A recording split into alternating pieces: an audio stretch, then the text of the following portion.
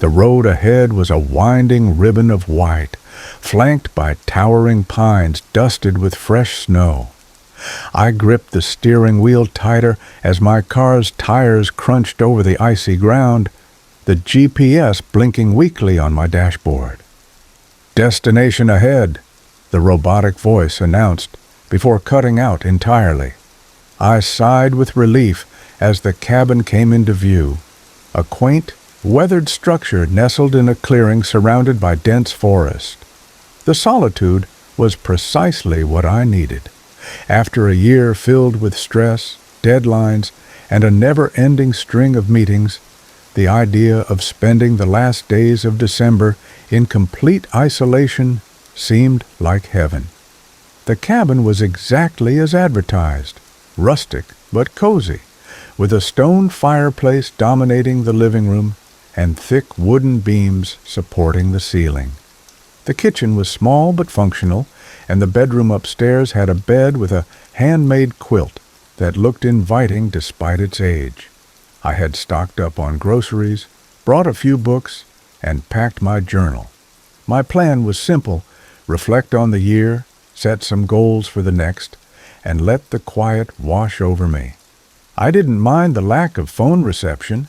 If anything, I welcomed it. My job in tech had made me dependent on notifications and screens, and I craved the silence. But as I locked the door behind me and set my bags down, I couldn't shake the faint feeling that the cabin felt too quiet. The first night was uneventful, or so I thought. I cooked myself a simple dinner, lit a fire in the fireplace, and curled up on the couch with a book. Outside, the snow continued to fall, blanketing the world in an oppressive hush. I couldn't remember the last time I felt so disconnected, and for a moment, I was genuinely content.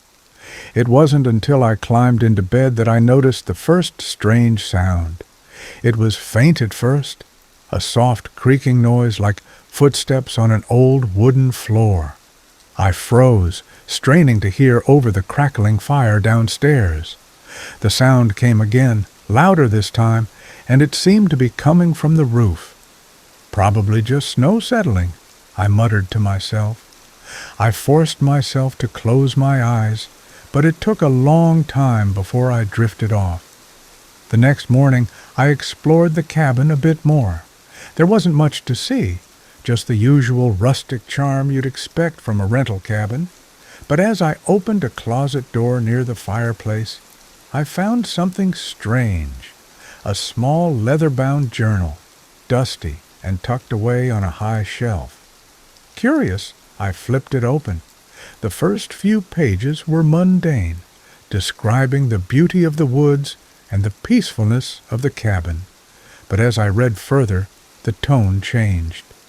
"There's something wrong here," one entry began. "At night, I hear noises I can't explain. It started as creaks and whispers, but now I swear I see eyes watching me from the woods." Another entry described shadows moving just beyond the tree line and how the writer felt like they were being watched every time they stepped outside. The final entry, dated December 31st of an unspecified year, read, "It will come for you when the year ends.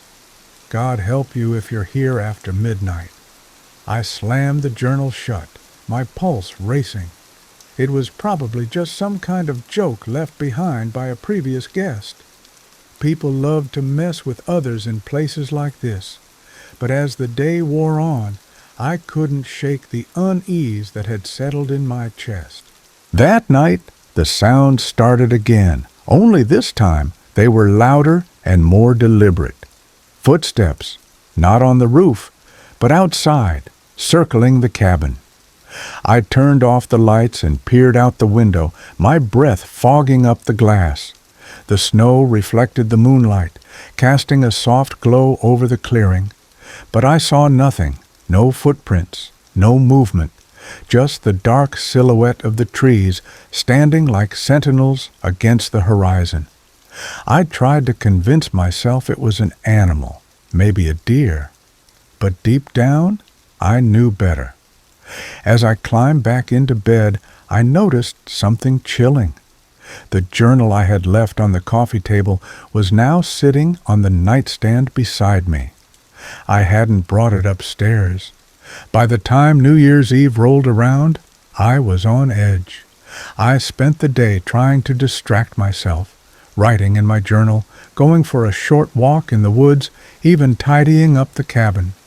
But the oppressive silence of the forest seemed to grow heavier as the day wore on, and by nightfall I was exhausted from the constant vigilance. I decided to stay up until midnight. Part of me wanted to prove to myself that the warnings in the journal were just nonsense.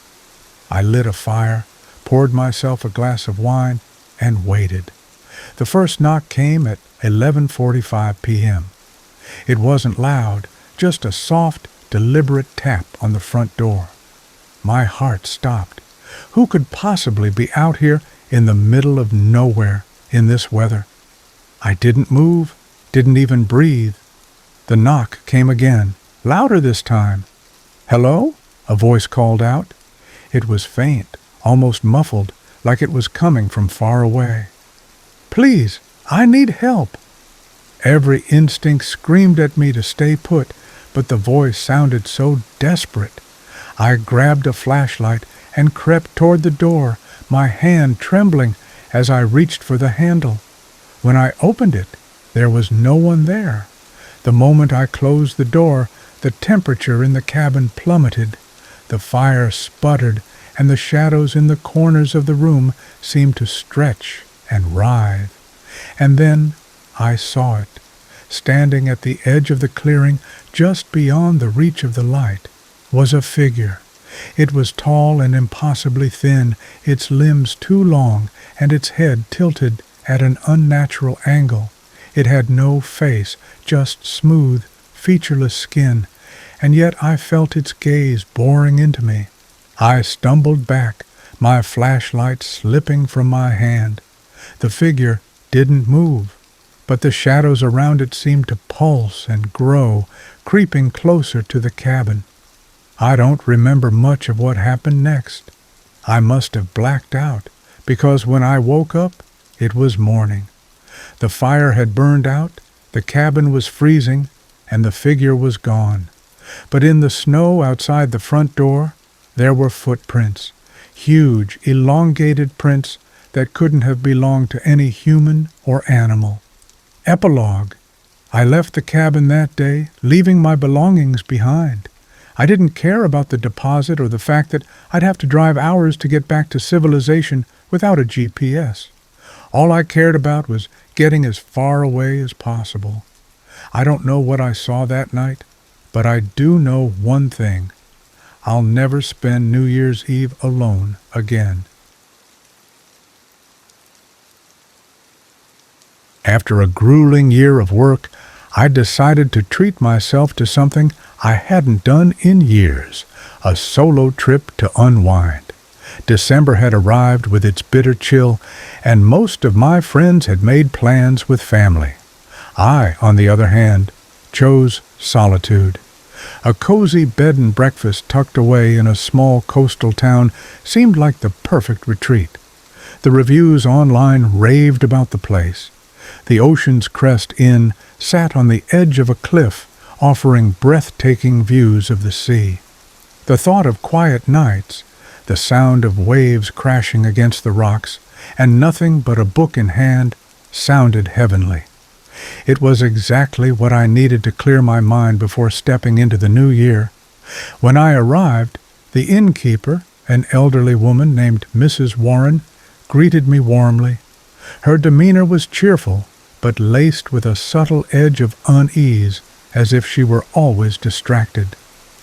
"We don't get many visitors this time of year," she said, as she handed me the keys to my room. "Most people don't like being this close to the cliffs during the winter." I dismissed her comment as small talk, though I did notice how her smile faltered as she warned me, "If the fog rolls in, stay inside. The cliffs are dangerous, and the fog is peculiar." The room was quaint, with floral wallpaper, a heavy quilt on the bed, and a large window overlooking the ocean. As night fell, I sat by the window with a mug of tea, watching the waves crash far below. The town, as Mrs. Warren had mentioned, was practically deserted. I hadn't seen another guest at the inn, and the streets were eerily quiet. I welcomed the solitude. The only sound was the distant cry of seagulls and the rhythmic roar of the ocean. But as the night deepened, I began to notice something strange. A thick fog had rolled in, swallowing the cliffs and obscuring the ocean. It seemed heavier than normal fog, almost alive in the way it moved, swirling and coiling around the edges of the property. As I stood at the window, I thought I saw a figure moving through the fog, a tall, shadowy silhouette. At first, I assumed it was a trick of the light, or perhaps Mrs. Warren making her rounds. But then it stopped, directly in front of my window, though I was on the second floor. My heart pounded as I stepped back from the glass. The figure didn't move, but I could feel its presence, as if it were watching me. Then, just as quickly as it had appeared, it dissolved into the fog. I didn't sleep well that night. The next morning, I mentioned the fog and the figure to Mrs. Warren. She froze mid-step, her cheerful demeanor evaporating. "You saw it?" she asked, her voice barely above a whisper. I laughed nervously. It was probably just my imagination, or maybe one of the locals out for a walk. "No one walks near the cliffs at night," she said firmly. "Not in the fog."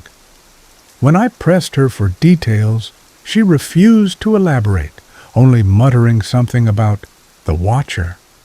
Her sudden change in attitude unnerved me, but I brushed it off. I spent the day exploring the town, but a sense of unease lingered. Every now and then I felt as though I was being followed, though when I turned, the streets were always empty. A shopkeeper warned me about the cliffs as well, adding cryptically, "The fog's been thicker this year. Best not to wander too far." That evening I returned to the inn to find the fog thicker than ever. It pressed against the windows like a living thing, and the sound of the ocean was muffled, as if the fog had swallowed the world. I tried to distract myself with a book, but my thoughts kept drifting back to the shadow I'd seen the night before. Around midnight, the electricity flickered and then went out completely, plunging the inn into darkness. I lit a candle and decided to wait it out. But then I heard it, a faint tapping sound like knuckles rapping against glass. My stomach dropped. The sound came again, louder this time. It was coming from the window. Summoning every ounce of courage, I approached the window, the candle trembling in my hand. The fog was so thick that I couldn't see anything at first, but as I leaned closer, a face appeared, gaunt and pale, with hollow eyes that seemed to peer straight into my soul. I stumbled back, dropping the candle. The room plunged into darkness, and the tapping grew more insistent.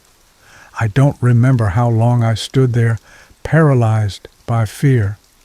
The tapping eventually stopped, but the sense of being watched didn't fade. I crawled into bed, pulling the quilt over my head like a child, and stayed there until the first rays of sunlight filtered through the fog. The face was gone, but something else remained, a set of footprints leading from the cliffs to my window.